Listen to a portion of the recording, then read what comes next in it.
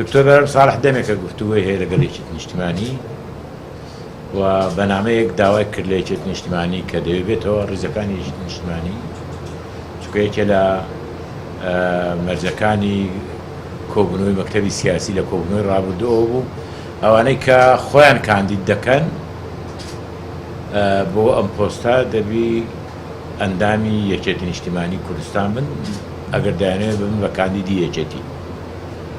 و لەم کۆبوونەوەی ئەوڕۆ سێ کەس بوون ئەوانەی کە داوایان کرد بۆ خۆ کاندیدکردن کاک دکتۆر بەرهەم بوو، کاک دکتۆر محەممەد سابیر بوو، کاک دکتۆر لەتیف ڕەشید لە ئەنجامی دەنگدان کاک دکتۆر بەرهەم زۆربەی دەنگەکانی هینا و بوو بە کاندیدی یەکێتی نیشتیمانی بۆ پۆستی سەرۆک کۆمار. ئەوەی لە کۆبوونەوەکە باس کرا بەسەر سوورمانێکەوەیش ئەوە بوو ئیسراری برایانی پارتی دیموکراتی کوردستان لەسەر ئەو پۆستە، چونکە ئەو پۆستە لە ڕابردوودا ماوەی 12 ساڵدا 3 دەورە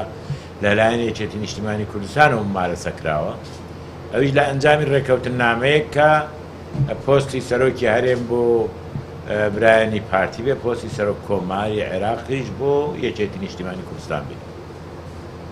ڕاستە بەڕێز کاک مەسعود بارزانی دەستی لە کار کێشاوەتەوە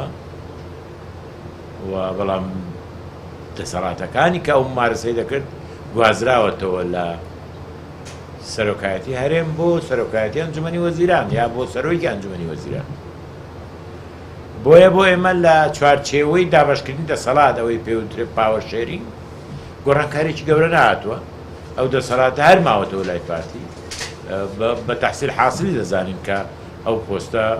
ببێتەوە پۆستی یەکێتی نیشتیمانی کوردستان.